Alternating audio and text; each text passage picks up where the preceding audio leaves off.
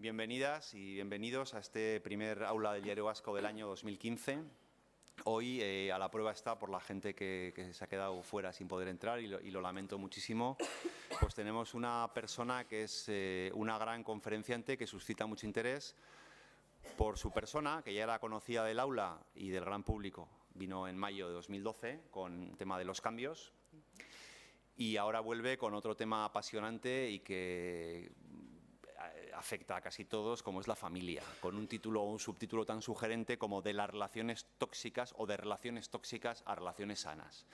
Laura Rojas Marcos es psicóloga, formada en Estados Unidos, con experiencias duras como la del 11S y todo lo que conllevó durante muchos años de asistencia psicológica a mucha gente, vuelta a España, trabaja en Madrid actualmente, publica libros con asiduidad, es una excelente comunicadora, como lo veréis si no lo conocéis, si no conocéis todavía sus charlas. Yo he tenido la oportunidad de verlo de primera mano. Es inevitable hacer una memoria también a su padre Luis, que también ha estado en el aula un par de veces, en unión a cursos de verano y en el propio aula, en el aula de invierno.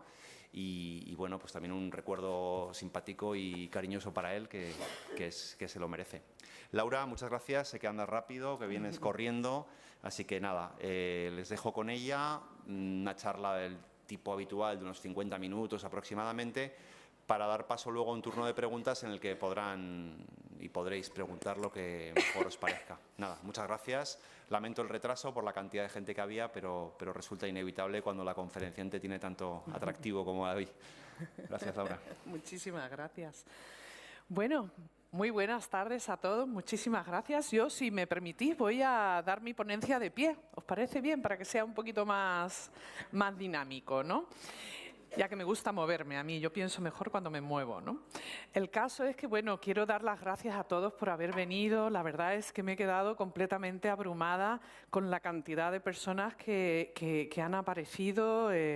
Y bueno, muchísimas gracias por venir, por el tiempo que me estáis ofreciendo y regalando para que comparta con vosotros el último trabajo que he hecho sobre la familia. Y bueno, he preparado una pequeña presentación muy sencillita que espero que disfrutéis y que os pueda aportar pues un poco de información que sea útil para vosotros sobre el tema de la familia, que al fin y al cabo es algo que nos afecta a todos los que estamos aquí, ¿verdad? Muchísimo, muchísimo. O sea, al fin y al cabo todos nacemos en una familia, nos hacemos en una familia y todo lo que ocurre en nuestra familia nos va a afectar muchísimo en quiénes somos, cómo somos, cuáles son y de qué manera tomamos las decisiones a lo largo de nuestra vida. Y bueno, yo como terapeuta, como psicóloga, como bien decías, me preparé en Estados Unidos. De hecho, nací allí, nací en Nueva York y viví la mayor parte de mi vida allí. Muchos de vosotros os estaréis preguntando, ¿y ese acento sevillano de dónde viene, no? ¿Y eso qué es lo que es, no? Como dicen en mi tierra. Pues el caso es que yo nací en Nueva York, viví hasta los 8 años en Nueva York y mi situación familiar cambió. Mis padres se separaron y me fui a vivir con mi madre y con mi hermano a Sevilla, que es de donde es mi padre, mi madre y el resto de mi familia. Y entonces los años que viví en Sevilla, que viví 7 años, donde hice el EGB, el COU, el BUP, probablemente algunos de vosotros pues también como yo, ¿verdad? Somos compañeros. Pues viví allí hasta los 17 años y después me marché de nuevo. Y no sé si sabéis que siempre se aprende un idioma, antes de los 13 años se coge el acento del sitio. Entonces, claro, yo aprendí castellano en Sevilla, por lo tanto tengo acento sevillano, y cuando hablo inglés tengo un acento neoyorquino aplastante que no os podéis ni imaginar. O sea, impresionante. Pero eso sí, mi pinta, ¿no?, es muy andaluza, ¿no? Ya me veis con un traje de flamenca y una flor aquí, ya es para morir, ¿no? Y ya con esos lunares, ¿no? Pero bueno, eso es una parte de mí, de donde es mi familia, de donde son mis raíces. Pero yo también me siento neoyorquina, americana, en el sentido, bueno, más neoyorquina que otra cosa, porque una de las cosas tan hermosas de esa ciudad y que echo de menos, aunque vivo en España desde el 2002, después del 11S, ¿no?, que me vine, pues es un lugar tan variopinto, donde he tenido la oportunidad de trabajar con tantas personas, con tantas familias, en este campo tan bonito que es la psicología. Y bueno, eso siempre me ha llevado a investigar, a intentar conocer, a trabajar en todo lo que tiene que ver en el ámbito de las emociones, de la familia, de las relaciones, del comportamiento. Y bueno, también como terapeuta tengo que decir que cuando uno va a trabajar para ayudar a otras personas es fundamental también trabajarse uno mismo. Y entonces en Estados Unidos, a la universidad a la que fui, a la Universidad de Nueva York, pues de hecho tenían como requisito para poder graduarnos del máster y del doctorado, el requisito era que teníamos que ir a terapia y trabajarnos a nosotros mismos por dos razones. Uno, para poder conocerte, encontrar una cierta tranquilidad, una cierta serenidad, conocerte para poder resolver y saber cómo resolver tus propios problemas y bueno, cuando te encuentras con un conflicto difícil a nivel de vida. Y después también para saber lo que es estar al otro lado. Y evidentemente yo creo que si hay alguien aquí que ha ido en alguna ocasión a algún terapeuta, el tema de la familia surge siempre. Siempre relaciones con una madre, con un padre, con un hermano, con los abuelos, con los tíos, con quien sea, con los primos, con los hermanos. Perdón, creo que es todo. Si me dejáis de oír, me avisáis, ¿vale? Bueno, el caso es que el trabajar con la familia no es algo fácil, ¿no? Porque queramos o no, se afecta a nuestra personalidad, nuestra manera de ser, nuestros objetivos, como decía antes, y para empezar ya la ponencia, no olvidemos que la familia es ese primer escenario de nuestra vida.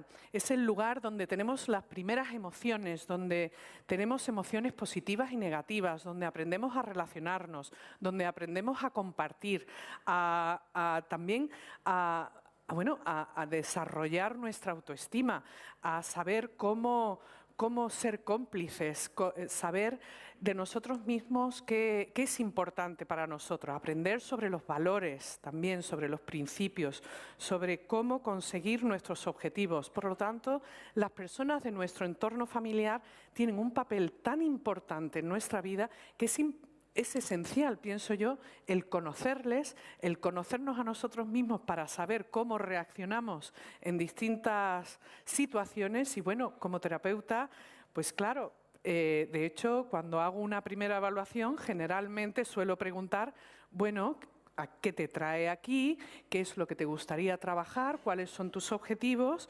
Y háblame un poco de tu pasado, de tu presente y de tus objetivos del futuro. Y cuando se habla del pasado y del presente, siempre sale a relucir todo lo que tiene que ver con las relaciones familiares. Cómo nos sentimos a medida, ¿no?, que pasaban los años y íbamos creciendo, y bueno, y cómo nos relacionábamos con nuestros padres, si nos sentíamos queridos, si no nos sentíamos queridos. Por lo tanto, en nuestra familia es uno de los factores más influyentes en quién nos convertimos. Y además tenemos que añadir, por supuesto, pues los genes, nuestro carácter, porque es además esencial tener en cuenta que nacemos con un carácter, pero a lo largo de la vida se va construyendo nuestra personalidad, ¿no? Entonces hay niños, probablemente algunos de vosotros que tengáis nietos, que tengáis hijos, encontraréis que esos niños incluso no recién nacidos, pero sí de bebé, ¿no?, con unos meses, o sea, tienen un cierto carácter, pero son las experiencias de la vida y ese proceso de aprendizaje es lo que van marcando también cómo vamos afrontando los momentos difíciles y cómo hacemos, por ejemplo, los amigos, cómo establecemos contacto, sea visual o de manera afectiva y física, con las personas de nuestro entorno. Entonces, mucha gente me pregunta que en cuanto a las familias, que bueno, el modelo familiar hoy día yo creo que estaremos todos de acuerdo que ha variado tantísimo, ha evolucionado tantísimo. Cuando pensamos en la familia, yo creo que todos, lo primero que se nos viene a la cabeza es el padre, la madre, los hijos, los tíos, los abuelos, ¿verdad?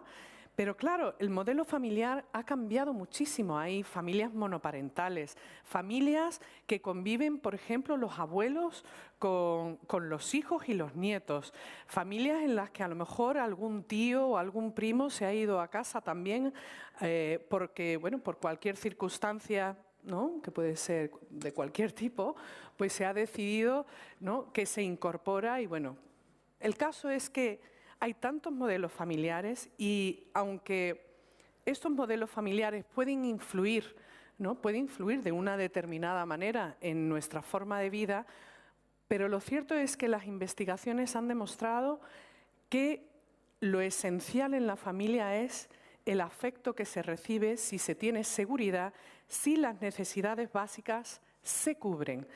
Muchos de vosotros puede que estéis familiarizados con las necesidades básicas de Maslow. Aquí están todas puestas, que son 5.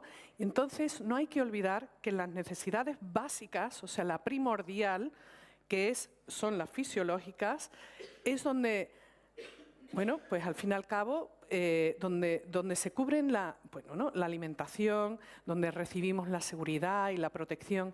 Y es en el entorno familiar donde se cubren todas estas necesidades básicas. Y por supuesto está el afecto, como decía antes, y el sentir que formamos parte de un grupo. Ahí es en la familia donde aprendemos a sentir todas estas cosas a la vez, donde aprendemos sobre todo sobre el cariño, pero también sobre el desamor, sobre la desilusión, sobre la frustración. Aprendemos a tolerar la frustración también, y de eso hablaremos un poquito más adelante. En la familia, como decía anteriormente, es donde aprendemos todas las emociones, donde aprendemos a identificarlas. Probablemente muchos de vosotros, si tenéis nietos o hijos cuando eran pequeñitos, y veíais que ese hijo estaba llorando porque estaba cansado, porque tenía hambre, muchas veces, claro, es que estás cansado, necesitas dormir la siesta. Esas son formas en las que los padres enseñan a los hijos a detectar una emoción con una conducta o una respuesta determinada. Por lo tanto, es muy posible que la mayoría de las personas que estamos aquí sabemos detectar a nivel emocional cuando estamos cansados y nos ponemos un poquito irascibles. Probablemente muchos de vosotros ponéis irascibles, porque de hecho es una asociación muy habitual, cuando tenéis hambre. ¿Hay alguien aquí que levante la mano a las personas que se ponen un poquito de mal humor cuando tienen hambre? Aquí veo yo pocas manos, pero yo estoy segura. Venga, que levante la mano la gente que cuando tiene hambre se pone un poquitín de mal humor. Vale, muy bien, muy bien. Entonces, yo creo que aquí todos, los que habéis levantado la mano, tenéis muy identificado esos momentos que os sentís así. Tengo hambre, necesito comer, pues pongo un remedio, ¿verdad? Pero ¿qué sucede, por ejemplo, con emociones que son un poquito más complejas, como puede ser la ansiedad? Hay mucha gente que siente ansiedad que no saben que lo que siente se llama ansiedad. Si hay alguna persona aquí que siente palpitaciones en ocasiones, que le cuesta trabajo respirar, no tiene problemas respiratorios y cardíacos, ¿vale? Que se pone nervioso cuando tiene que hacer algún examen o cuando tiene que dar alguna presentación o cuando tiene que ir, por ejemplo, durante las fechas navideñas o durante las vacaciones tiene que ir a ver a la familia o hay que cumplir con algo que le produce un cierto malestar. La ansiedad es un sentimiento que la mayoría de las personas han sentido en algún momento de su vida.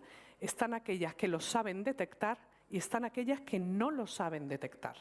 Aquellas que no lo saben detectar van a sufrir muchísimo más. Son las personas que acaban en el hospital sintiendo que esa presión en el pecho, ¿no?, que me voy a morir, no puedo respirar, tengo ganas de vomitar, estoy mareada, tengo palpitaciones, me tiembla la voz, no tengo saliva.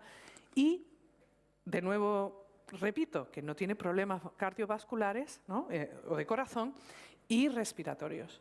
Entonces, cuando identificamos una emoción, cuando por ejemplo hay personas que llegan a mi consulta y me dicen y me empiezan a describir esos síntomas de ansiedad y les explico que lo que sienten es ansiedad y eso es como se llama, y le voy a dar unas pautas y unas técnicas para poder abordarlo, para que sepan autogestionar esos momentos que sienten ansiedad, pues sienten que tienen control de su vida. Entonces lo pueden manejar. ¿Qué sucede? Que a raíz de sentir que tenemos control de nuestra vida y que podemos controlar determinadas situaciones, o por lo menos controlar, me refiero a gestionar emocionalmente, por ejemplo, una sensación de ansiedad, pues disminuye y también nos sabemos tranquilizar. Tener la capacidad de saber serenarse es fundamental, fundamental. Las personas que no se saben serenar, que no saben autotranquilizarse, que no saben también controlar en un momento dado la ira, la rabia, pues son personas que pierden mucho el control y se vuelven impulsivas. Por lo tanto, el saber identificar las emociones, y aquí tenemos un ejemplo de emociones universales, ¿no? Y pues de mayor intensidad y de menor intensidad. Esta se llama la rueda de las emociones de Plutnik, que de hecho hay muchas teorías y muchos escritos sobre las emociones. Perdón. Es que con el resfriado, ¿no? El caso es que emociones básicas como puede ser el miedo, la sorpresa, la aversión, que es el asco, ¿no? Son emociones básicas como la alegría también, o sentimientos, por ejemplo, de vergüenza. Todos sentimos vergüenza en algún momento, todos sentimos tristeza en algún momento, pero el saber el porqué, ¿no? El porqué y qué hacer con ello es algo que necesitamos aprender para sentirnos bien y desarrollar una buena autoestima y una sensación de que tenemos control de nuestra vida. ¿Dónde aprendemos esto? Pues la mayoría de las personas lo aprendemos en casa, de nuestros cuidadores, de nuestros profesores, porque los profesores y los cuidadores tienen un papel esencial en nuestra vida, esencial. Y a veces no nos damos cuenta o no lo valoramos lo suficiente, ¿no? Entonces, el saber identificar esas emociones nos va a ayudar a poder autogestionar, ¿no? Sensaciones como puede ser la ira, la rabia, la ansiedad, la furia, ¿no? Hay muchas intensidades diferentes sobre una misma emoción. Las personas con las que trabajo que tienen un problema para manejar la ira, la furia, ¿no? El enfado y se vuelven explosivas, no solamente son personas que sufren mucho, sino que hacen sufrir una barbaridad. Y cuando se hacen conscientes, que no siempre ocurre, pero en muchas ocasiones sí, y deciden buscar ayuda, la clave está en aprender a canalizar esas emociones. Pero no solamente ocurre con esto, sino también con sentimientos de ansiedad, de preocupación, de incertidumbre. Cuando una persona, por ejemplo, está pasando por un mal momento en su vida, porque tiene que tomar decisiones, porque ha tenido una pérdida o una situación traumática sumamente dolorosa, todos necesitamos canalizar esas emociones. Algunas personas lo hacen hablando. El hablar, el compartir con otras personas ayuda muchísimo. Algunas personas lo hacen haciendo deporte, por ejemplo, o dando un paseo. Pero hay personas también que utilizan mecanismos que no son los mejores, como es abusar del alcohol, ¿no? De la droga, o comer en exceso para después sentirse mal, ¿no? Entonces es muy importante el identificar qué cosas podemos hacer para poder sentirnos mejor. Y todos estos aspectos, que es una de las cosas que hablo en el libro, lo aprendemos en casa y repetimos conductas que, por ejemplo, vemos en nuestros padres. Repetimos conductas, las imitamos. Por lo tanto, es muy importante que los padres, ¿no? Los padres o profesores, porque no hace falta tener hijos, los tíos, los abuelos, ¿verdad? Es importante que sean conscientes de que sus actos van a tener un impacto, ¿no? En los más pequeños y también en las personas con las que se convive y con las que se trata, con otros adultos. Es en la familia donde aprendemos, como decía anteriormente, a relacionarnos con los demás, a relacionarnos, a compartir, a comunicarnos con los demás. Pero algo de lo que no se habla mucho, porque hay mucho escrito sobre las relaciones interpersonales, Pero algo que no hay demasiado escrito, quizás en algunos libros de psicología, es la manera en la que nos dirigimos a nosotros mismos, cómo nos hablamos, cómo es el diálogo interno que yo tengo, ¿no?, conmigo mismo, cómo yo me hablo. A mí me parece algo totalmente sorprendente cómo algunas personas se hablan a sí mismas de una manera tan cruel, con tanto desprecio, que si usaran las mismas palabras a otra persona, desde luego estarían solos en la vida. A veces somos nuestros peores enemigos. Nos enseñan como un valor y un principio, ¿no?, que es muy importante el tratar a los demás bien, el ser generoso, el ser amable, todas esas cosas, ¿no? O sea, que aprendemos desde pequeño. Pero yo me pregunto, ¿nos enseñan o nos dicen que uno tiene que ser amable con uno mismo también? Yo creo que la mayoría, ¿verdad?, no es algo que solemos escuchar, ¿no?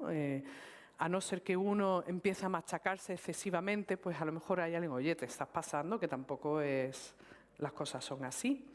La manera en la que nos hablamos a nosotros mismos y los mensajes que nos damos a nosotros mismos es algo que también aprendemos en casa. ¿Cómo lo aprendemos? Pues si tenemos unos padres, unos hermanos, cuidadores, compañeros también, ¿no?, del colegio, por ejemplo, ¿no?, que nos dicen, es que eres un desastre, no vale para nada, nunca vas a llegar a nada, si es que hagas lo que hagas, es que no sirves para nada.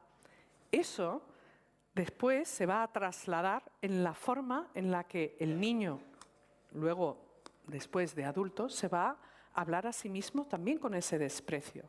Y eso es maltrato hacia uno mismo. Y somos, yo creo, en nuestra sociedad ya muy conscientes de la importancia de, ¿no?, y que seamos conscientes del maltrato que hay en muchos aspectos de nuestra sociedad, tanto en la familia, como en la pareja, como en el trabajo, el acoso escolar. Tenemos términos para describir y definir esto, ¿no? Tenemos términos como el bullying, ¿verdad?, el bullying, que es el acoso escolar, o el mobbing, que es el acoso laboral. Son los términos que se utilizan. ¿Y qué pasa, ¿no?, con el acoso a uno mismo? ¿Qué pasa con el acoso en la familia? Ahí no hay términos ninguno. Y yo creo que es algo que todavía nos queda mucho por aprender y por analizar. Por lo tanto, no hay que olvidar que independientemente de todo lo que aprendemos en la familia, porque aprendemos muchísimo, yo diría que a lo largo de los primeros 20, 25 años, también depende, ¿no?, de la cultura, del lugar, pero durante los 20 primeros años la familia tiene un papel importantísimo en nuestro desarrollo.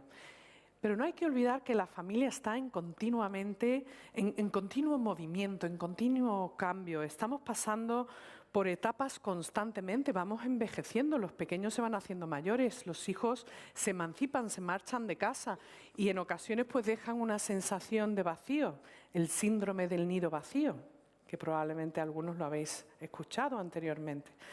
Y claro, todos esos cambios evidentemente producen muchísimo estrés, muchísima ansiedad. Por lo tanto, las relaciones familiares, ¿no?, y todo lo que tenga que ver con la familia va a ser estresante, porque es que hay continuo cambio que requiere de nosotros que nos estemos adaptando, ¿no?, todo el tiempo. Ahora, hay algo muy importante, yo creo que debo mencionar, que he aprendido a lo largo de mi vida profesional y de mi vida personal, y es que ante los cambios hay cosas que podemos cambiar y otras cosas que no podemos cambiar. Pero sí podemos tener un cierto control y decisión de una manera proactiva de qué actitud voy a tener frente a los cambios que sean positivos o sean negativos. ¿Qué actitud voy a tener? Y ahí hay un refrán chino que me gusta muchísimo, que dice algo así, no es exactamente así, que me llamó mucho la atención y me hace en ocasiones que pensar. Y yo os voy a pedir que penséis en vosotros mismos y a ver si os identificáis. Dice este refrán que frente a los cambios hay 4 tipos de actitudes que toma el ser humano. 4 tipos de actitudes. 1, están las personas que frente a los cambios toman una actitud proactiva, participan, ¿no?, forman parte del proceso de cambio, sea positivo o negativo. forman parte. Dicen, bueno, si esto lo quiero, si esto no quiero, o lo provoco el cambio, o no lo provoco, pero tengo que integrarlo en mi vida.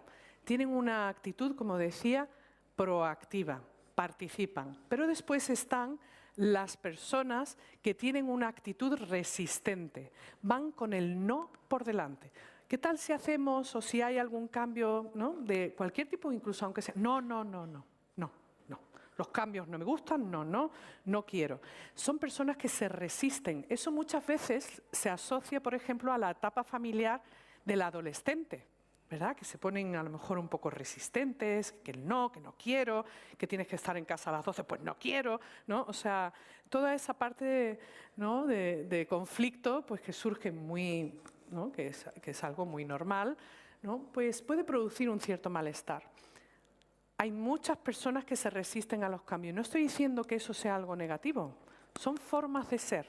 Hay personas que sencillamente cuando les propones hacer algo, automáticamente te dicen que no, ¿no? Esa resistencia un poco. Y después está en tercer lugar las personas que ven cómo van sucediendo los cambios, los acontecimientos en la vida, pero tienen una actitud pasiva, observan, pero no participan, ni activamente, ¿no?, ni poniendo resistencia. No son ni proactivos ni ponen resistencia. Tienen una actitud pasiva. Ven lo que está ocurriendo, pero no participan. Y en muchas ocasiones se ponen de perfil. Esto ocurre muchísimas veces en las dinámicas familiares donde hay un cierto maltrato psicológico, por ejemplo, ¿no?, por poner un ejemplo. Donde hay miembros que todo el mundo es testigo, pero nadie hace nada. Y eso es algo que ocurre muchísimas veces. Eso es una actitud. En esos casos yo no creo que esa sea la mejor actitud, ¿no? Habría que explorar cómo se puede cambiar eso. Y en cuarto lugar están aquellas personas que tienen una actitud que se sorprenden, o sea, no se han enterado de nada. Evidentemente no podemos tener control de todo lo que está ocurriendo, no tenemos toda la información ¿no?, de las personas de nuestro entorno, de la vida. Hay muchas cosas que no podemos controlar. Pero sí he encontrado a muchas personas que continuamente se están sorprendiendo, como que no prestan atención y después se llevan una sorpresa, ¿no? Pero están sorprendidos continuamente. Y claro, eso también produce muchísima incertidumbre y cuesta después trabajo analizar y poder asociar ideas para poder explicarse a uno mismo por qué sucede lo que sucede. Frente a los cambios, frente a las dinámicas familiares, una de las cosas que aprendemos, y esto en el libro profundizo bastante, una de las cosas que aprendemos es a ser valientes, a tomar riesgos, a decidir que queremos coger un camino o no, y hacerlo o no hacerlo, a tomar decisiones. Los cambios, evidentemente, requieren de nosotros que nos tengamos que adaptar a nuevas situaciones. De lo familiar, ¿no?, pues de repente nos encontramos en un entorno, en un escenario completamente nuevo, y eso nos puede producir un poquito de incertidumbre, un poquito de ansiedad, y eso es normal. Pero en la vida, si hay algo que es esencial y que debemos aprender desde pequeños, es a saber explorar, a darnos la oportunidad de salir de la zona de confort. La zona de confort aquí está reflejado en la zona azul. La zona de confort es esa parte de nuestra vida que es cómoda, que es tranquila, que la conocemos muy bien, sabemos qué es lo que va a pasar. La zona de confort es un lugar muy cómodo. Pero ¿qué sucede? Que en la vida, como hay tantísimos cambios y vamos tomando decisiones y van ocurriendo cosas, aunque no las queramos, nos tenemos que adaptar. Y a veces deseamos algo tanto, pero no nos atrevemos, ¿no?, a ir a por ellos.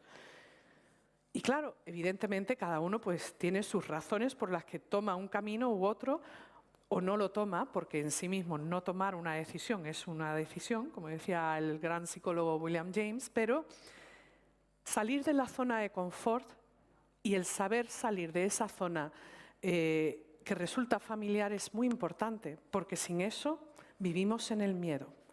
Las personas que no saben vivir, o sea, no saben tomar riesgos, analizar una situación, ¿no? Y probar, pues tienen un problema, porque en muchas ocasiones van a sentir frustración.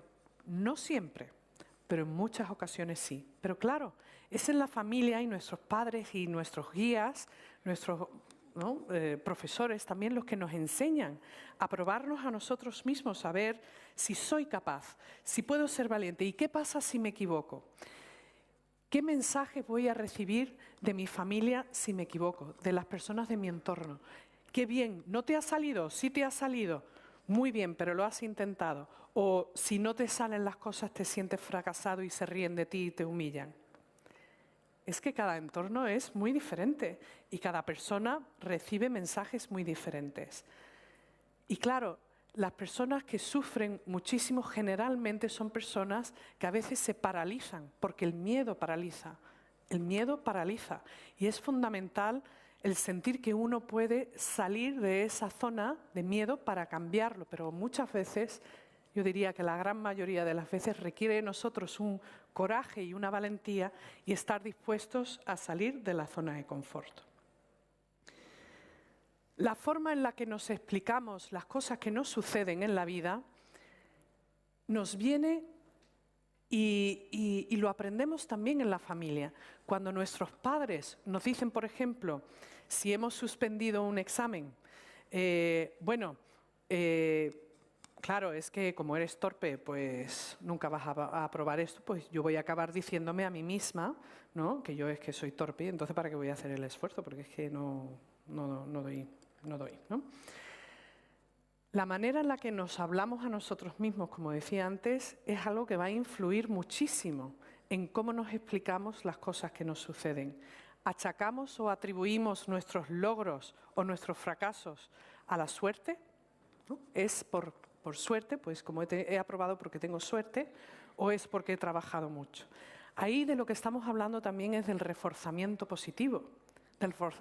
Y eso, el reforzamiento positivo o el reforzamiento negativo, tiene un papel muy importante en la manera en la que dialogamos a nivel interno y cómo nos explicamos las cosas que nos suceden. Los padres, sobre todo, tienen un papel muy importante en esto, porque cuando nos dirigimos a los más pequeños y les explicamos que cuando no quieren compartir, por ejemplo, sus juguetes con nadie, probablemente va a ser un poquito más difícil hacer amigos, ¿no? Y que compartir es algo bueno, pues, ¿no? También es una manera de enseñar a hablarse a sí mismo y decirse a sí mismo que, bueno, que al fin y al cabo yo quiero hacer amigos, ¿no? Y entonces, una de las cosas que quiero hablar es de los estilos de afrontamiento. Cuando nos explicamos a nosotros mismos las cosas que nos suceden, sobre todo las cosas negativas, depende mucho de los estilos de afrontamiento que hemos desarrollado. Son nuestros padres y en el colegio, es en nuestro entorno familiar, nuestros abuelos, los que nos enseñan a desarrollar nuestros estilos de afrontamiento. ¿Eso qué quiere decir? ¿Cómo afronto, ¿no? ¿Qué herramientas utilizo para afrontar, por ejemplo, una situación difícil, como puede ser una ruptura? Una ruptura. Yo creo que a la mayoría de las personas, en algún momento de nuestra vida, alguien nos ha roto el corazón. En la mayoría de las personas, no a todo el mundo. He conocido a personas que nunca les ha pasado. Es increíble y bueno, pero yo creo que la mayoría de las personas en algún momento hemos sentido que alguien nos ha roto el corazón. Puede ser una pareja, pero no estoy necesariamente hablando de una pareja, sino que alguien nos ha desilusionado. Puede ser un amigo, puede ser, ¿no?, un jefe, puede ser algún familiar. Y claro, la manera en la que afrontamos ese dolor y ese sufrimiento es clave en cómo yo me explico qué es lo que ha sucedido, ¿no? ¿Qué es lo que ha sucedido? Si yo soy una persona sumamente exigente y no paso ni una y no soy capaz de pasar página y tengo una lista, ¿no?, de todas las cosas que me hacen o no me hacen las personas de mi alrededor, pues la verdad es que la probabilidad de que sea una persona fácilmente ¿no? Que me decepcione con facilidad, va a ser muchísimo más alta. Entonces, es importante también en esos modelos explicativos que haya una cierta flexibilidad, que haya un poquito de espacio, ¿no?, a la idea, al concepto de que no somos perfectos, de que cometemos errores, que los demás también. Y bueno, que a veces, aunque el factor suerte puede influir, ¿no?, puede influir en un porcentaje, desde mi punto de vista, bajo, no hay que olvidar que también influye muchísimo la actitud que vamos a tener, sobre todo frente a los retos. Aquí podéis ver, dentro de las dinámicas familiares, algo que es esencial mencionar son las familias funcionales y las disfuncionales. A partir de la idea de que no existe la familia perfecta, no existe. No existe la familia ideal, no existe la familia sin conflictos, sin problemas, sencillamente no existe, porque el ser humano es imperfecto por naturaleza. Y estamos divididos entre emociones y conductas positivas y negativas. Y bueno, al fin y al cabo compartimos un espacio, un tiempo, y de ahí surgen también los conflictos, ¿no? Entonces, pero sí hay que decir que hay una gran diferencia entre las familias funcionales y disfuncionales. Las familias funcionales generalmente son las familias que tienen un buen nivel, ¿no?, de comunicación. Hay sobre todo, que es la clave, respeto. Respeto. Cuando hay respeto y un buen nivel de habilidades comunicativas, pues independientemente de que haya conflictos, porque las familias funcionales tienen sus conflictos, sus problemas, sus desacuerdos, sus peleas, pero son resolutivos. Son resolutivos. Y ser resolutivos no quiere decir que llega un momento en que la resolución es que estemos de acuerdo. Podemos estar de acuerdo en que no tenemos que estar de acuerdo, ¿no? Y después se encuentran las familias disfuncionales. Las familias disfuncionales se caracterizan sobre todo por tener luchas de poderes, ¿no?, donde la autoridad, yo diría que el poder sobre todo no se utiliza bien. Evidentemente los padres tienen, en las familias hay una jerarquía, los padres son los que toman las decisiones generalmente y los que van indicando y guían pues la estructura de la familia y qué es lo que vamos a hacer, a qué hora vamos a cenar, pero en las familias disfuncionales hay muchísimo desorden, hay mala comunicación, hay chantaje emocional, hay mucha discriminación incluso y sobre todo agresividad. Tienen una actitud bastante agresiva. Y claro, todo esto es tóxico y aquí yo creo que estamos entrando en un tema bastante interesante, ¿no?, que son las personas tóxicas, las relaciones tóxicas. Todos los que estamos aquí, todos podemos identificar a alguien en nuestra vida que es tóxico. ¿Tenéis a esa persona ahí? ¿La tenéis? Probablemente esa persona tóxica, yo creo que podéis encontrarlas aquí. Hay muchos tipos de personas tóxicas, muchos tipos, pero yo aquí he puesto solamente algunas que he considerado pues las más importantes, ¿no?, y más fáciles de identificar, que esto no quiere decir que sea fácil de identificar, ¿no? Entonces, las relaciones tóxicas sobre todo se caracterizan por todas estas, ¿no? Pues, por ejemplo, son personas que suelen infravalorar, minimizar, hacer comentarios feos, desagradables.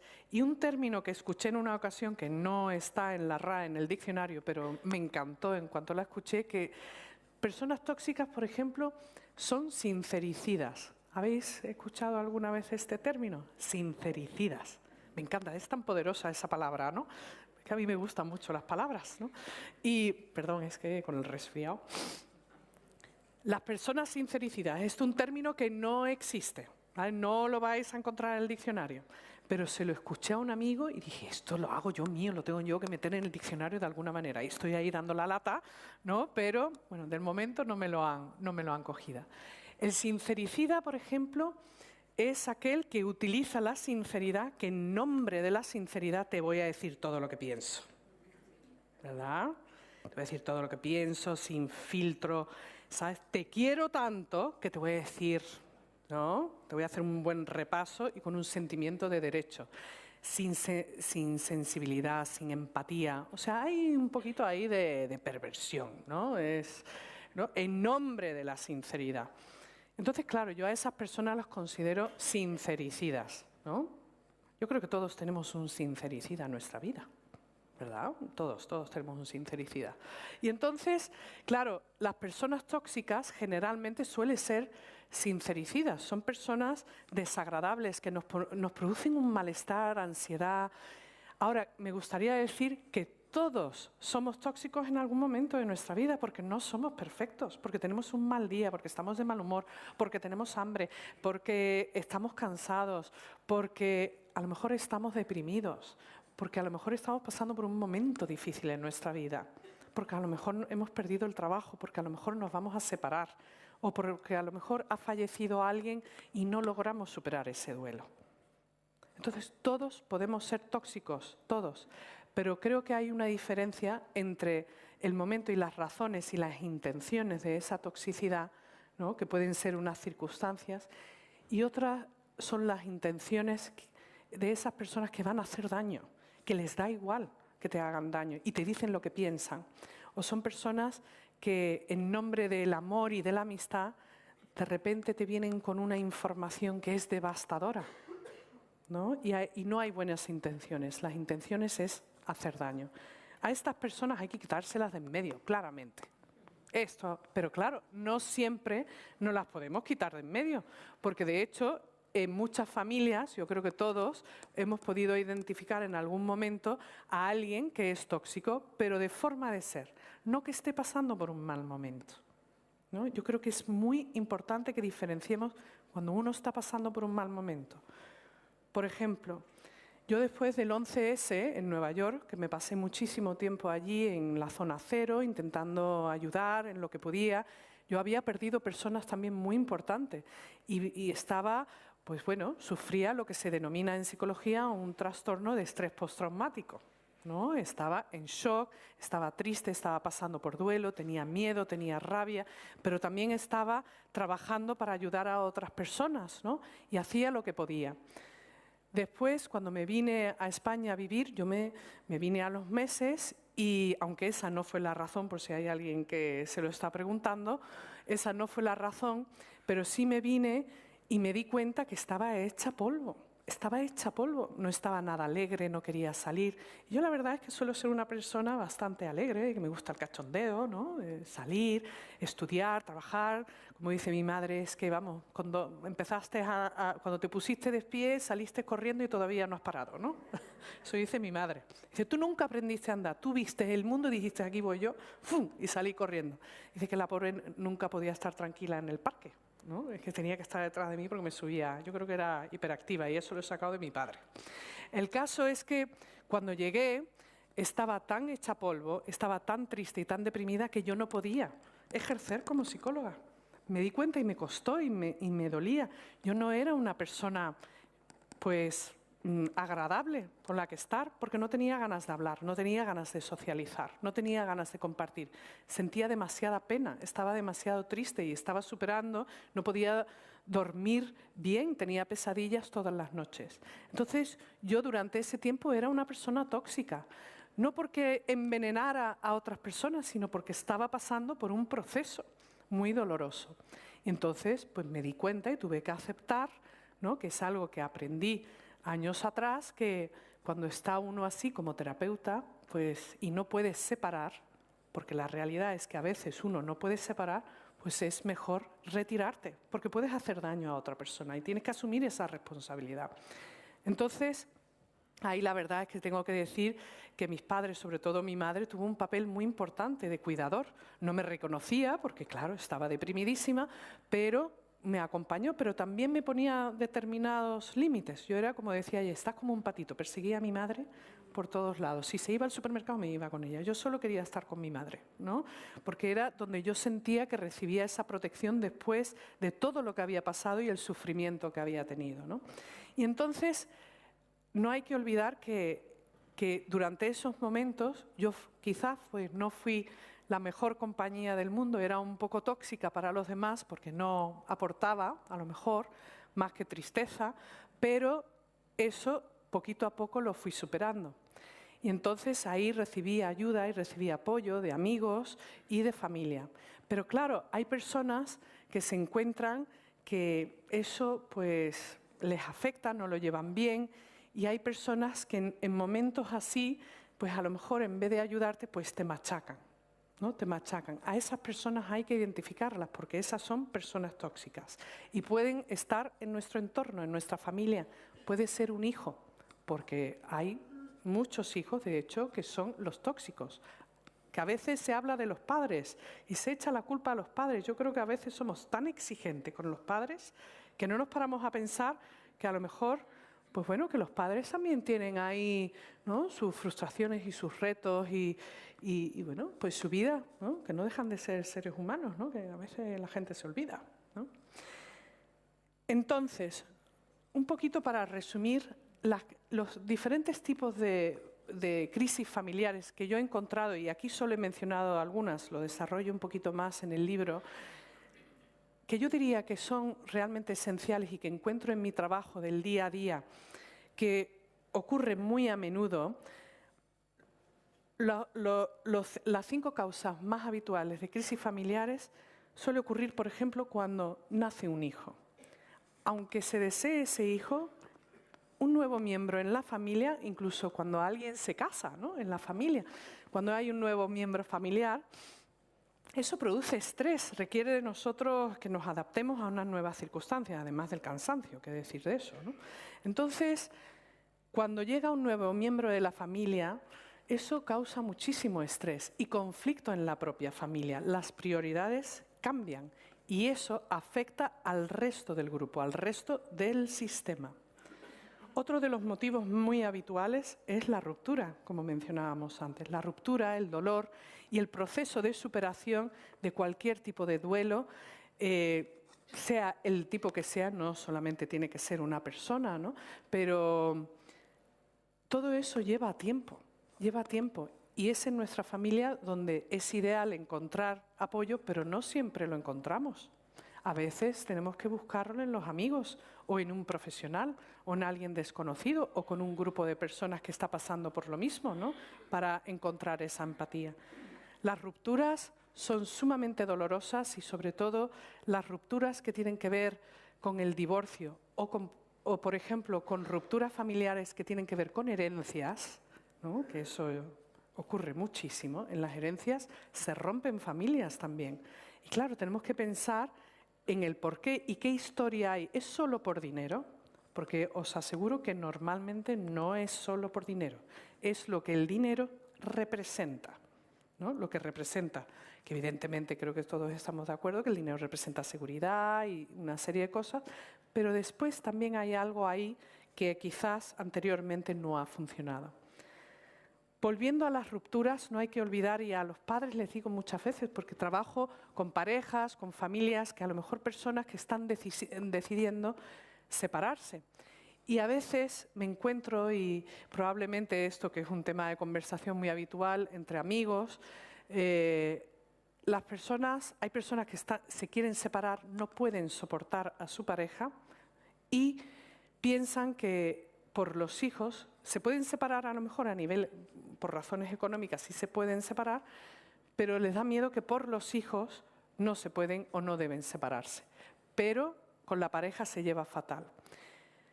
Yo ahí, evidentemente, cada persona tiene una vida y sus razones y yo creo que hay que respetarlo, pero sí quiero transmitir que unos hijos que ven que los padres se odian, eso es algo que va a marcar y que va a afectar a nivel emocional a los hijos, tengan la edad que tengan, sobre todo a los más pequeños, evidentemente, ¿no?, pero tengan la edad que tengan. Y en las rupturas, en las relaciones familiares, en los procesos de separación o procesos de no separación, sino de convivencia, vamos a encontrar muchísimas luchas de poderes. Esa es otra de las razones más habituales por las que hay crisis en la familia. Las luchas de poderes. ¿Quién tiene derecho? ¿Quién no tiene derecho? ¿No? Esto es mío, esto es tuyo, ¿dónde están los límites? Y ahí entra un término y un concepto que me gusta muchísimo, que es la asertividad, ¿no? La asertividad. La asertividad, esa capacidad para poner límites, es esencial en nuestra vida. Saber decir que no es muy, muy importante. Y eso es algo que también aprendemos en la familia. Si crecemos en una familia en la que la palabra no, o decir que no, no quiero, no puedo, no me apetece, está prohibido, porque hay familias en las que está prohibido, e incluso se considera de mala educación, mala cosa, mala cosa. Porque si no tenemos la capacidad para poner límites y fronteras entre los propios espacios, ¿no? Y quiero compartir, no quiero compartir, quiero acompañarte, no quiero acompañarte, puedo, no puedo. Si sentimos que no podemos incorporar el no en nuestra vida, al fin y al cabo es como si nuestra vida es la sartén, el mango lo van a tener otros. Y además, las personas que no saben decir que no resienten, o sea, tienen sentimientos de rencor y resentimiento a los demás. Es como, vaya, no me puedo creer que María me ha dicho que la acompañe al médico. Es que, vamos, ¿quién se cree que es? Como que no tengo yo otras cosas que hacer con lo ocupada que estoy. Bueno, ¿y por qué no le has dicho que no? ¿No? ¿Por qué no le has dicho que no? ¿Pero cómo le voy a decir que no? Es que ella no tenía que habérmelo preguntado. Pues no, verás, es que tú también tienes aquí un problema, ¿no? El aprender a decir que no. Y eso a nivel cultural me encuentro que, en comparación con el mundo anglosajón, allí, por ejemplo, así como en el norte de Europa, ¿no? O sea, las personas no tienen tanta dificultad para decir que no, eso está incorporado, ¿no? En la cultura, en la nuestra, latina, es como si el no en un momento dado, ¿no?, dejara mal sabor de boca, incluso me siento culpable, si digo que no me siento culpable. Entonces, claro, ahí tenemos un problema. Bueno, un tema interesantísimo, la familia política, ¿verdad? Qué mala reputación tiene la familia política, ¿verdad? Por Dios, yo es que algunas veces es que no os podéis imaginar las historias que he escuchado de la familia política.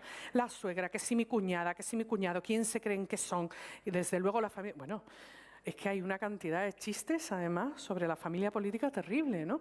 Y la verdad es que la familia política tiene una mala reputación que a mí la verdad es que me da un poco de rabia, porque me llama, algo que encuentro muy a menudo es que hay personas que en su propia familia no encuentran el apoyo, el cariño, el afecto, pero sí la encuentran en su familia política. Lo que suele ocurrir y las razones por las que surgen muchos conflictos en la familia política es, uno, porque no se sabe dónde están los límites. Dos, porque uno no se atreve a decir que no y siente que el compromiso, eso, al final, ante todo. Y también porque las personas se suelen sentir que han sido invadidos, ¿no? Que su terreno es invadido. Y claro, aquí estamos hablando, una vez más, de límites. Pero claro, la familia política, yo diría que tiene un papel también muy importante en nuestra vida, para aquellos que la tengan, ¿no? Para aquellos que la tengan. A veces pues, puede ser complicado y convivir, que si la suegra, que si el cuñado, pero en muchas ocasiones no nos damos cuenta que a lo mejor no es la familia política la que tiene el problema, sino que somos nosotros los que tienen el problema. Y lo que queda claro, y si hay algo que he aprendido a lo largo de los años, que al fin y al cabo me dedico al cambio, ¿no?, acompañar al cambio de otras personas y desde luego aprender de los míos propios, es que no podemos cambiar a los demás. No podemos cambiar a los demás. Y a la hora de exigir a otros que cambien, o sea, es más, no os podéis ni imaginar la cantidad de parejas que llegan a la consulta que me comentan, bueno, es que vinimos aquí a que nos ayude para hacer terapia de pareja porque es que mi marido tiene que cambiar. Esto, ¿no? Digo, pues mira, qué interesante. Usted piensa que su marido tiene que cambiar, le voy a preguntar a su marido, ¿no? Bueno, y usted sobre lo que dice su mujer, ¿no?, que tiene que cambiar. No, aquí la que tiene que cambiar es ella, vamos, o sea, claro, ya mal empezamos, ¿verdad? A veces las personas se acusan, ¿no?, que tienen que cambiar, que si eres tú. Claro, eso no ayuda, no ayuda. y en muchas ocasiones escucho, claro, es que mi suegra ha hecho, no ha hecho, y es que tiene que cambiar, se tiene que dar cuenta. Digo, pues no se va a dar cuenta y no va a cambiar, ¿sabes? Ahora, la que puede cambiar o el que puede cambiar es uno, y puedes cambiar tu actitud y también la percepción que tienes de esas situaciones. ¿Le vas a dar más o menos importancia o no?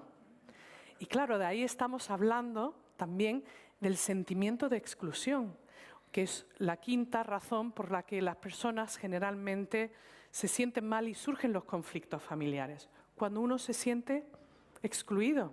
Fíjate, aquí mis hermanos hacen piña y me dejan a un lado, pues ahora se van a enterar, ahora, ¿no? Pero eso ocurre muchísimo también entre los padres, las relaciones entre los padres y los hijos. Hay padres que se hacen cómplices con un padre o una madre con un hijo y deja al otro fuera, entonces el otro se siente rechazado. Y claro, de ahí surgen muchísimas emociones, ¿no? Muchísimas emociones. ¿Y qué podemos hacer? Y ya aquí, resumiendo, cosas que podemos hacer frente a los conflictos familiares y qué hacer para tener buenas relaciones familiares. Uno, primero, como comentaba antes, tener claro que no podemos cambiar a los demás, nos podemos cambiar a nosotros mismos, los cambios van a ocurrir en la vida y la primera pregunta que nos debemos hacer es ¿qué puedo cambiar y qué no puedo cambiar? Y tal cual, no puedo cambiar a los demás, pero me puedo cambiar yo. Después, una vez que tenemos identificado lo que se puede cambiar, y esto se puede aplicar a cualquier aspecto de nuestra vida, saber priorizar. Hay tantas personas que no saben priorizar y todo se convierte en algo urgente. Todo se convierte en algo urgente. Todo lo tengo que hacer hoy. Y si no, soy un fracasado, ¿no? Hay que diferenciar entre lo urgente, lo importante y lo que puede esperar. Porque no todo es urgente y no todo es muy importante. Y cuando aprendemos a priorizar, también eso nos va a ayudar a priorizar las personas que son importantes en nuestra vida. Independientemente de que sean personas muy cercanas y familia, ¿quién es importante en mi vida? Hay amigos que son más importantes que los hermanos y eso es una realidad. Es que hay que llevarse bien con los hermanos, tienes que quererlos por encima de todo, que sí, que es verdad, que es muy bonito, pero no siempre es así. Entonces, ¿qué vamos a hacer al respecto? Vamos a ser realistas, ¿no? Y prácticos también, por supuesto, intentando aportar cosas positivas, ¿no? Segunda clave. Conocerte, como decía al principio, el conocerse a uno mismo es fundamental. Aprender a tolerar la frustración. Hay tantos problemas en las familias, en las relaciones familiares, en las relaciones laborales, las relaciones interpersonales en general, cuando no se sabe tolerar la frustración. Tolerar la frustración es como el umbral del dolor. Hay personas que tienen una gran capacidad para soportar el dolor y hay otras personas que lo llevan muy mal, que con un poquito de dolor de cabeza ya se vuelve una tragedia, ¿no? ¡Ay, que me duele la cabeza! ¡Es que esto horrible me va a estallar! ¿No? Entonces, tómate una aspirina, un algo, túmbate, o sea, tampoco hay que, ¿no? Entonces, el aprender a tolerar la frustración, ahí estamos hablando, por ejemplo, de la espera. La espera, el ser paciente, ¿no? Me puedo tomar una galleta ahora o puedo, si espero, después de cenar, tomarme 2. Todo eso es algo que vamos aprendiendo también en las dinámicas familiares. Y ahora bien, hay personas que son muy impulsivas, ya incluso de adultos, muchísimas, ¿no? Muchísimas, que no tienen tolerancia a la frustración, no saben tolerar la espera, son impacientes, inquietas. Y lo cierto es que no nacemos tolerando la frustración, lo queremos todo ahora y además todo es mío, ¿verdad? Una de las primeras palabras que aprenden los niños, mío, mío y no, mío y no, esto es mío. Entonces, claro, el aprender a tolerar la frustración es también el saber compartir, darle espacio al otro, el ser generoso. Y eso es esencial. Los valores. Aquí tenemos algunos dibujos del conocido artista Quino, que probablemente conocéis, el que dibuja Mafalda, ¿no? A mí es que me encanta Mafalda, me encanta Quino, tengo todo Quino, que además el libro se llama Todo Quino, ¿no? Me encanta porque los mensajes son realmente impactantes y hacen reflexionar. Hoy día nos encontramos con una crisis de valores importante, pero también esa crisis de valores estamos viendo que está afectando nuestro día a día, por ejemplo, por utilizar un ejemplo, son las nuevas tecnologías, ¿no? Las nuevas tecnologías. Estas Navidades me llegaron muchos mensajes, los típicos chistes, y uno de ellos que me llamó tanto la atención, que debería haberlo incorporado, pero bueno, es una simple pregunta. ¿El iPhone dónde va? ¿A la izquierda o a la derecha del plato? ¿Verdad? Entonces, ¿qué tal si la regla es que no va en la mesa? ¿Qué tal? En la radio escuché no hace mucho, no me acuerdo de quién, pero me encantó que el mal uso y el abuso de determinadas elementos, como puede ser el Internet, por ejemplo, los ordenadores, los móviles, la televisión, el mal uso o el abuso va a llevar al aislamiento, a la mala comunicación, al no compartir. Entonces tiene que haber unas ciertas normas. Tiene que haber unas ciertas normas y eso se aprende en casa. Si estamos tú y yo tomando un cafelito en algún sitio y te llama un amigo y te pones a hablar y yo estoy ahí esperando durante media hora, a no ser que, y no es urgente, pues la verdad es que pues me voy a ofender, ¿no? Me voy a poner, y eso creo que nos ha pasado a todos en muchas ocasiones. Y como decía antes, en la radio en una ocasión escuché una frase que me encantó, que decía que el no saber utilizar las nuevas tecnologías a veces puede llevar a alejar a las personas que están más cerca y acercar a las personas que están más lejos. Y yo, por ejemplo, que tengo familia desperdigada y amigos por todo el mundo, sobre todo en Estados Unidos, pues tengo que decir que gracias a Internet, a los WhatsApp, al Skype, pues puedo estar en contacto con ellos, ¿no? Puedo mantener ese vínculo más en el día a día o cada semana. Y yo lo agradezco y, de hecho, utilizo muchísimo las nuevas tecnologías para estudiar, para poder entrar a hacer investigación en tal universidad, en otros sitios, sin moverme del despacho, y eso es maravilloso. Pero cuando no utilizamos bien las nuevas tecnologías y llegamos a casa y cada uno está en un sitio, en un mundo diferente, estamos en la mesa, no hablamos, no compartimos, pues claro, es como compañeros de piso que somos desconocidos y eso no es algo bueno para las dinámicas familiares. Por lo tanto, los valores son esenciales. Y ya para finalizar, no hay que olvidar que todos tenemos un papel muy importante, ¿no? Que es no solamente ayudar a los demás, sobre todo a esas personas que queremos, a nuestras familias, tenemos compromisos y responsabilidades hacia otras personas, pero también hacia nosotros mismos. Y una cualidad que tiene el ser humano que es maravillosa es la capacidad para aprender. La capacidad para aprender. Y todo se puede aprender, todo o casi todo, diría yo, se puede cambiar. Digo casi todo porque, como decía antes, no podemos cambiar a otros, pero sí podemos cambiar relaciones que son tóxicas y la podemos cambiar, ¿no? Y construir, y quizás en muchas ocasiones utilizando la conversación, el hablar, sin ponernos a la defensiva, podemos reconstruir y reconectar con otras personas. Por lo tanto, no hay que olvidar que independientemente de la edad que tengamos, todos podemos crecer y darnos esa oportunidad para ser valientes, apartar nuestro orgullo, crecer y tomar decisiones que nos ayuden a llevar la vida que queremos llevar y, desde luego, a construir las familias, ¿no? Las relaciones familiares que queremos tener. Muchísimas gracias por vuestra paciencia y es un verdadero placer estar aquí con vosotros. Gracias.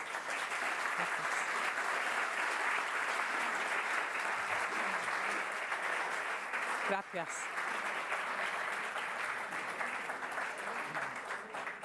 Bueno, gracias, Laura. Tenemos un ratito para las preguntas. A las 9 nos dicen del Coldo Michelena que tenemos que salir. Entonces tenemos un rato. Levantan la mano, ya saben, esperan que se les acerque el micro para que todos podamos escuchar la pregunta. No sé si alguien se anima a hacer la primera. ¿Quién va a ser el valiente? ¿Quién quiere salir de la zona de confort? Venga, que hay alguien por ahí, seguro. ¿Nadie quiere salir de la zona de confort? Adelante, aquí tenemos una valiente. Qué bien. Eso, a veces cada uno necesita su tiempo, ¿verdad? Me he puesto cerca ya para que no me miren mucho. Bueno, muy agradecida por Muchas la gracias. satisfacción de escucharte Y nada, querer compartir que efectivamente es muy difícil decir no a un familiar sin salir de esa comodidad que hay veces, pero claro, el conflicto es, digo, pero qué mal me siento, Dios mío, pero si están abusando de mí, si tal, si... Entonces, ese es el eterno conflicto que se nos crea a las abuelitas. Sí, bueno, a las abuelitas y a todos, yo creo. Bueno, a mí en este momento, que hasta ahora no había vivido esta situación, y realmente dices, hombre, quieres colaborar, adoras a tu familia, sobre todo a tus niños pequeñitos de segunda generación, pero claro, es el conflicto, ¿no? Digo que sí a todo y me olvido de mi tiempo. Claro, pues eso no puede ser, eso no puede ser. Conflicto. Ahí estamos hablando también de un tema de expectativas, ¿no? Todos evidentemente tenemos expectativas de los demás y los demás tienen expectativas de nosotros. Y algunas expectativas son razonables, pero hay muchas que no lo son. Y es importante que cada uno a nivel interno detectemos con qué nos sentimos cómodos y con qué no, porque si no tenemos claro dónde están nuestros límites, pues vamos realmente a tener un problema y nos vamos a sentir mal, nos vamos a sentir culpables, pero también vamos a sentir rencor hacia esa persona, ¿no? Lo vamos a resentir hacia esa persona incluso que queremos y la queremos ayudar, pero es importante saber decir que no. Yo en ocasiones, por ejemplo, como terapeuta me encuentro con pacientes, ¿no? Mis sesiones son de 1 hora y a la hora se termina.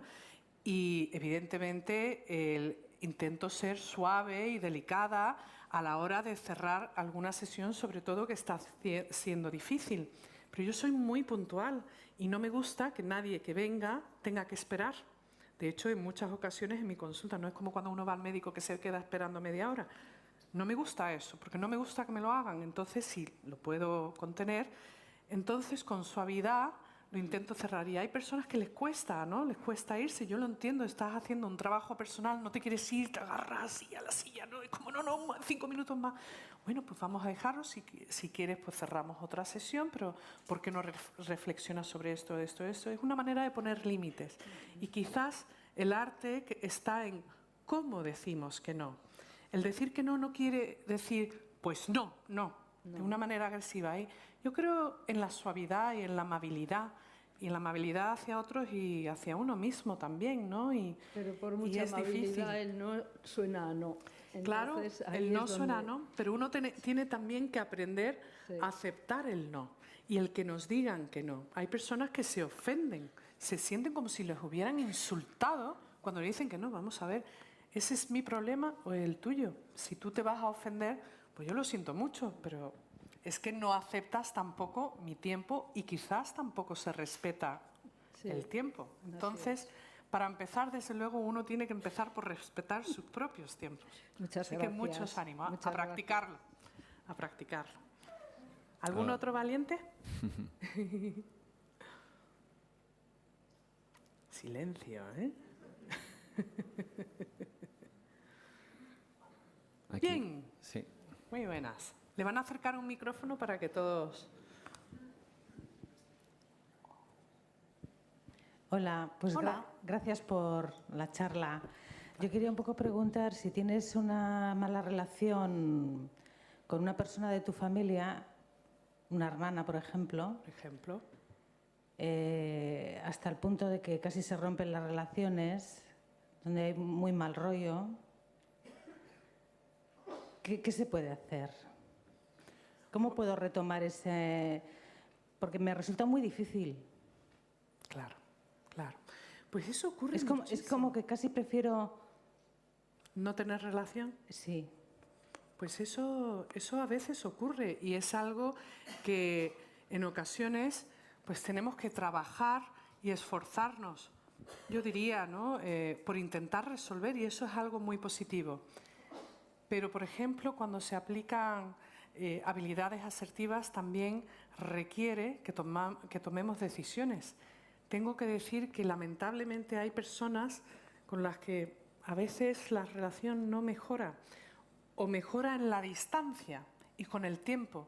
A veces hay que pensar en dejar que pase un poquito de tiempo, poner un poquito de distancia para que la ¿no?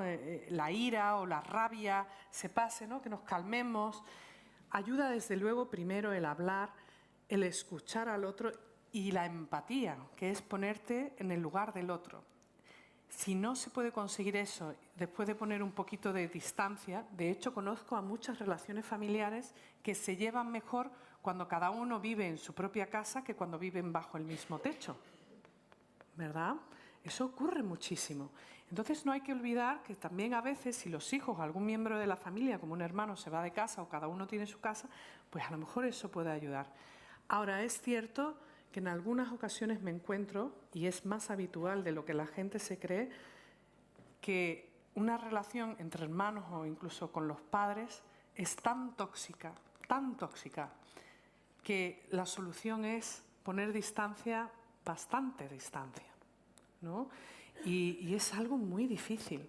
Yo creo que por lo que usted me cuenta, quizás todavía hay conversaciones que se pueden tener. Hay personas que, por ejemplo, buscan a moderadores, que no son necesariamente, mediadores, perdón, que no son necesariamente psicólogos, ¿no? Hay personas especializadas en ayudar a resolver a lo mejor algunos temas, ¿no? Pero desde luego requiere reflexión y ayuda mucho a intentar ponerse en el lugar del otro, ¿no? ¿Por qué el otro me dice y por qué el otro se siente? Y también, como decía antes, a veces tenemos que llegar a un acuerdo que no vamos a estar de acuerdo y aceptar, ¿no? Gracias. ¿Alguna pregunta más? Aquí hay otra. Muy bien, otra valiente.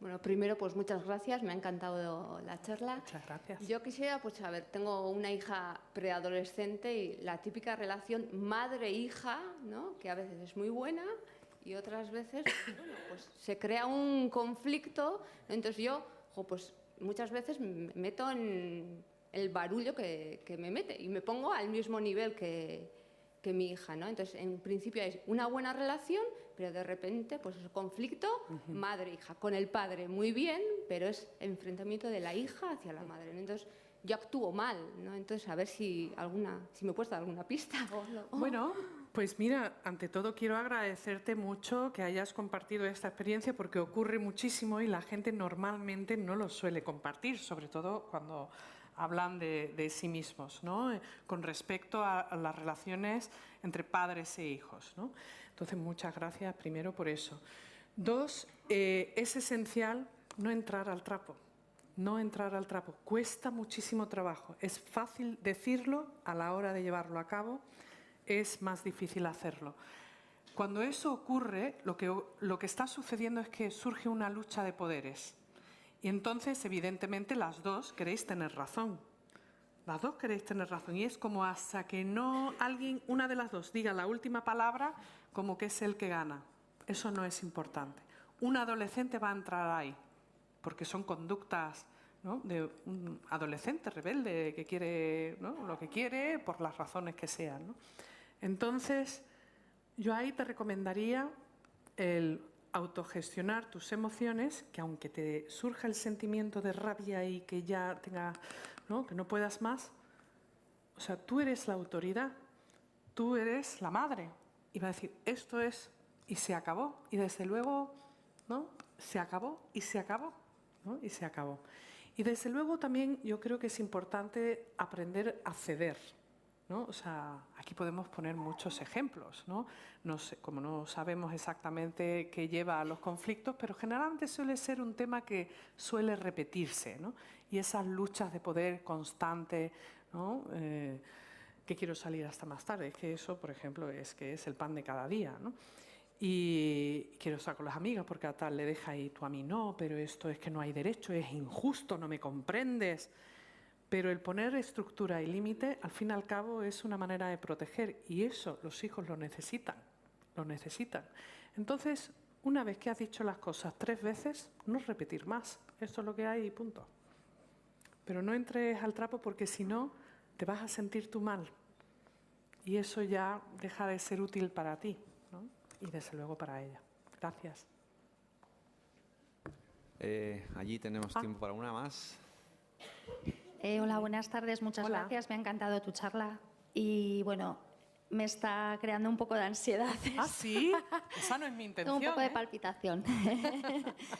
Bueno, la verdad es que es algo que me preocupa bastante. Quería saber cómo influye y si los hijos, yo tengo 2 adolescentes, perciben el miedo de unos padres o de una madre, yo soy de familia monoparental, perciben el miedo de su madre a que ellos estén creciendo, se estén haciendo mayores y en qué forma les afecta en su desarrollo y en su crecimiento. Ellos notan que su madre o su padre o sus padres tienen miedo a que se hagan mayores pues por la situación, pues por la vida. Pues porque igual también yo he podido transmitir o he tenido mis inseguridades. ¿Ellos lo perciben y les afecta en su crecimiento personal? Pues sí, de hecho afecta. Evidentemente eso hay que también analizarlo y profundizar un poquito más en ello, ¿no? Pero el crecer y el que los hijos crezcan produce ansiedad. Produce ansiedad porque requiere que uno tenga que ir adaptándose a ese proceso y no es lo mismo tratar a un hijo con 10 años que con 15 años. Es que no es lo mismo. Entonces, claro, eso produce ansiedad. Los miedos de cada uno son de cada uno. Las razones por las que uno pueda tener miedo pueden ser tan diversas y uno también tiene que aprender. Y eso uno lo puede trabajar o en terapia o hablando con otras madres, ¿no? Preguntando a otras personas que sientan lo mismo y aprender cómo lo han manejado, ¿no? Cómo gestionamos nuestro propio miedo y cuál es el grado de intensidad de miedo, ¿no? Hay que tener mucho cuidado con la línea fina que hay entre proteger y sobreproteger. Los padres, madres, padres, familias que sobreprotegen demasiado no le dan la oportunidad a los hijos a desarrollarse, a explorarse y a valerse por sí mismos. No les da la oportunidad y los convierten en seres muy dependientes, sobre todo a nivel emocional. Lo que van a aprender es que yo solo no puedo, porque ya me han dejado saber que es que tú solo no puedes, a ver si te vas a hacer daño. Tú solo, ten cuidado que te vas a manchar, que te vas a caer. Entonces, evidentemente, ser padre y madre yo creo que es una labor tan difícil y que nadie viene con una guía debajo del brazo, porque no es solamente qué es lo que le transmites, ¿no?, a los hijos, sino cómo uno gestiona sus propias sensaciones y también recuerdos. Encuentro en muchos padres que cuando ellos son padres también se acuerdan de cosas que ellos han vivido, ¿no?, algunas agradables y otras desagradables. Entonces, el aprender a separar es importante. ¿Qué miedo es mío, ¿no?, y qué es un miedo razonable que lo que uno le está transmitiendo es a ser precavido, a saber protegerse, a saber diferenciar entre lo que es perjudicial y lo que no lo es, ¿no? Y bueno, decirte desde luego que todos nos podemos trabajar. Todos, si tú te das la oportunidad, tú te puedes trabajar y puedes superar a lo mejor algunos miedos que a lo mejor no son tan razonables y otros, lo que son razonables, pues mira, pues tenerlo claro, ¿no? Nada, un placer. Bueno, la última podría ser por aquí. Bueno, allí hay una, ¿no? Una más y otra aquí, y ya está. Con esto cerramos. Una pregunta, Laura. Gracias por la exposición que has hecho. Muchas gracias. Perdona, pero no... ¿No me oís bien? Tengo mala ¿Dónde está? Aquí. Ah, perfecto, gracias. Sí, no. Bueno, somos conscientes que en la vida tomamos decisiones constantemente, a nivel familiar, en el entorno laboral, en las amistades. Pero yo siempre me suelo hacer una pregunta cuando hago una reflexión y tomo una decisión. Y a veces, no sé si es un defecto mío o qué es. Es la siguiente pregunta. ¿Cómo lo ves tú? Te trato de tú, ¿eh? Perdona. Sí, claro. ¿Cómo nos sigue afectando esa expresión de el qué dirán? Ay, el qué dirán, el qué dirán. Qué importante es, ¿verdad? Qué importante. Bueno, el qué dirán, al fin y al cabo, si lo pensamos, a todos nos importa lo que piensan los demás de nosotros. Está en nuestra naturaleza el deseo de querer gustar, como decía al principio, dentro de la pirámide de las necesidades básicas de Maslow también está incluido el sentirse querido. Y todos sabemos que para sentirnos queridos necesitamos ser gustados, ¿verdad? Caerle bien al otro, ¿no? Y claro, ahí entra, pues, ¿qué dirán de mí si gusto o no gusto? Si me critican o no me critican. En el qué dirán hay diferentes intensidades, a todos nos importa, pero la persona que se guía y toma decisiones solo en base al qué dirán va a tener un problema muy serio, porque no va a vivir su propia vida. No va a vivir. Y a esa persona, por ejemplo, le preguntaría, ¿por qué es tan importante lo que piensen los demás? Y los demás, vamos a definir qué significa los demás. ¿De qué demás estamos hablando? ¿Es de todo el mundo? Ahí se está generalizando demasiado. Los que andan por la calle, los que están... ¿De quién estamos hablando? Generalmente, las personas que le preocupa mucho el qué dirán, quiere decir que ha habido alguien en casa, en nuestro entorno, que se ha preocupado mucho, quizás por el aparentar, el hacer ver algo que no es, el preocuparse por mantener secretos. Y bueno, yo creo que evidentemente en la intimidad es importante mantener la intimidad de uno con uno mismo y en su entorno, con su familia, con los amigos, pero el guiarse por el qué dirán solo y exclusivamente, desde luego va a producir muchísima infelicidad. Por lo tanto, es importante explorarlo y preguntarse uno el por qué y de quién estamos hablando. Muchas gracias. Vamos con la última, me parece que era por aquí. Sí, la señora. Sí, aquí. Buenas tardes. La conferencia muy interesante, gracias. Muchas gracias. Yo tengo una persona que ha sido muy querida y que ahora es completamente tóxica para mí. Entonces no puedo dejar de relacionarme con ella, pero siempre sufro porque me hace sufrir. En el amparo de que me quiere mucho, me machaca. Claro. ¿Qué puedo hacer? Bueno, desde luego, dependiendo de quién sea esa persona y de qué manera le machaca, pues hay que analizar. Primero yo le sugeriría hablarlo con esa persona. Si esa persona en un momento dado, porque a veces le hacemos daño a alguien que queremos muchísimo, pues yo diría que es importante decírselo. Oye, cuando dices o haces esto me duele, ¿no? Y explicarlo. Ahora, si esa persona... También hay que ver los grados de qué estamos hablando directamente. O sea, que me duele cuando sales con tus amigos todo, ¿no? Cada fin de semana, pues yo creo que es un trabajo que uno tiene que hacer a nivel personal, de qué estamos hablando. Pero si lo que me duele es la manera en la que me hablas, las palabras que utilizas, si eres sincericida, ¿no? Pues ahí hay que poner un poco de límites y explicar y ver, ¿no?, en esa relación qué es lo que está sucediendo para poder tomar decisiones. Si esa persona es alguien al que, vamos a decir, por ejemplo, si es una amiga, pues a lo mejor hay que poner un poquito de distancia y no verse todos los días o todas las semanas, sino verse una vez al mes. Que duele, pero es mejor en un momento dado proteger esa relación si se decide que se quiere mantener, porque si no, seguro que lleva a la ruptura, ¿no? Yo, desde luego, siempre recomiendo intentar hablar las cosas. No acusando y porque tú, no, este dedo hay que... No. Es intentar explicar cómo uno se siente, ¿no? Cuando haces esto me siento así.